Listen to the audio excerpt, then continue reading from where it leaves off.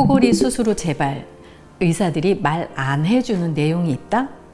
코골이 수술 재발, 진짜 원인은? 코를 왜 골까요? 피곤해서? 맞죠. 피곤할 때. 그죠? 누구나 코를 골 수 있죠. 그런데 아무도 심각하게 생각하지 않죠. 그래서 골다가 가족의 등살에 드디어 병원을 찾습니다. 코골이의 정의를 보면 호흡을 할 때 좁아진 숨길에서 발생하는 마찰음으로 되어 있습니다.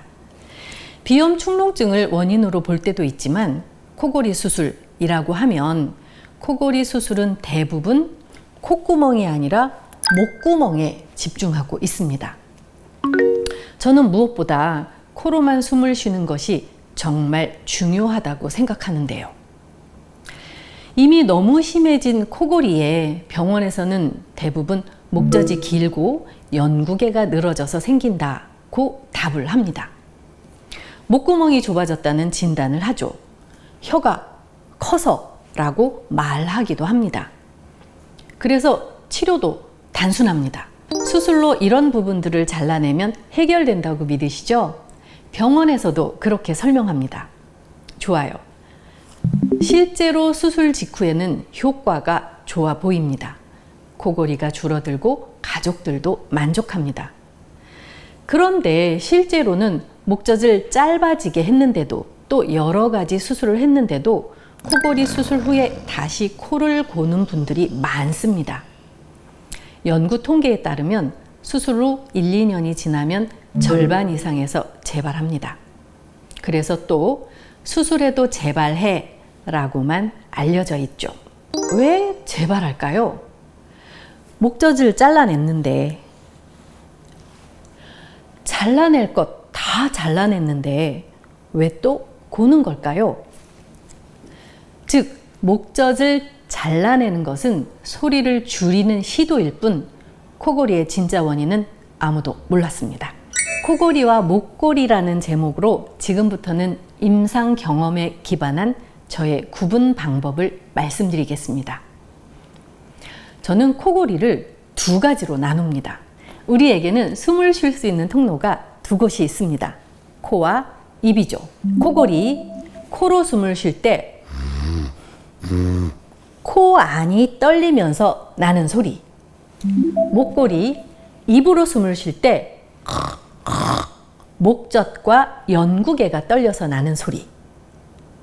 그런데 실제 병원을 찾는 환자들의 대부분은 목골이 때문입니다. 하지만 의료 현장에서는 이 둘을 구분하지 않고 모두 코골이라고 부릅니다. 그러다 보니 수술을 하더라도 구강호흡으로 인한 목골이라는 개념이 없기에 재발 문제가 안 생길 수가 없습니다. 자동차 예를 들어볼까요? 자동차 경적이 너무 시끄럽다고 합시다. 정비사가 경적만 떼버리면 당장은 조용해지겠죠. 코골이 수술도 마찬가지입니다. 목젖을 자르면 당장은 조용해질 수 있습니다.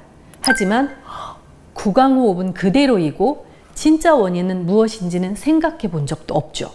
코골이의 진짜 해결책은 사실은 목골이의 진짜 해결책은 구강호흡을 막고 코로 숨쉬는 기능을 회복하는 것입니다. 숨을 코로 쉬는 것은 너무 당연하죠. 목을 골지 않으려면 수술이 아니라 코의 기능을 되살리고 구강호흡을 막고 평소에도 코로만 숨쉬는 습관을 만드는 게 핵심입니다.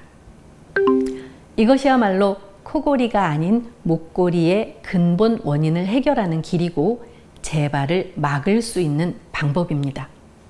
목골이만 줄여도 얼마나 조용해지는데요.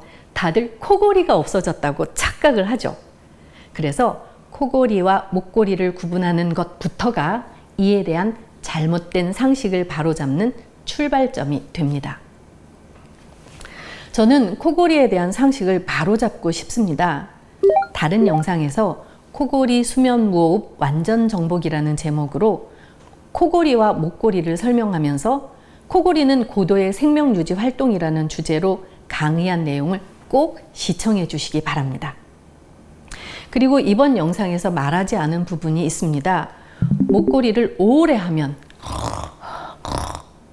목구멍이 상하고 답답해져서 숨이 막히는 느낌이 생기면 코막힘이 아니라 숨이 막히는 증상으로 도대체 입을 다물고 잘 수가 없는 상태까지 진행이 됩니다.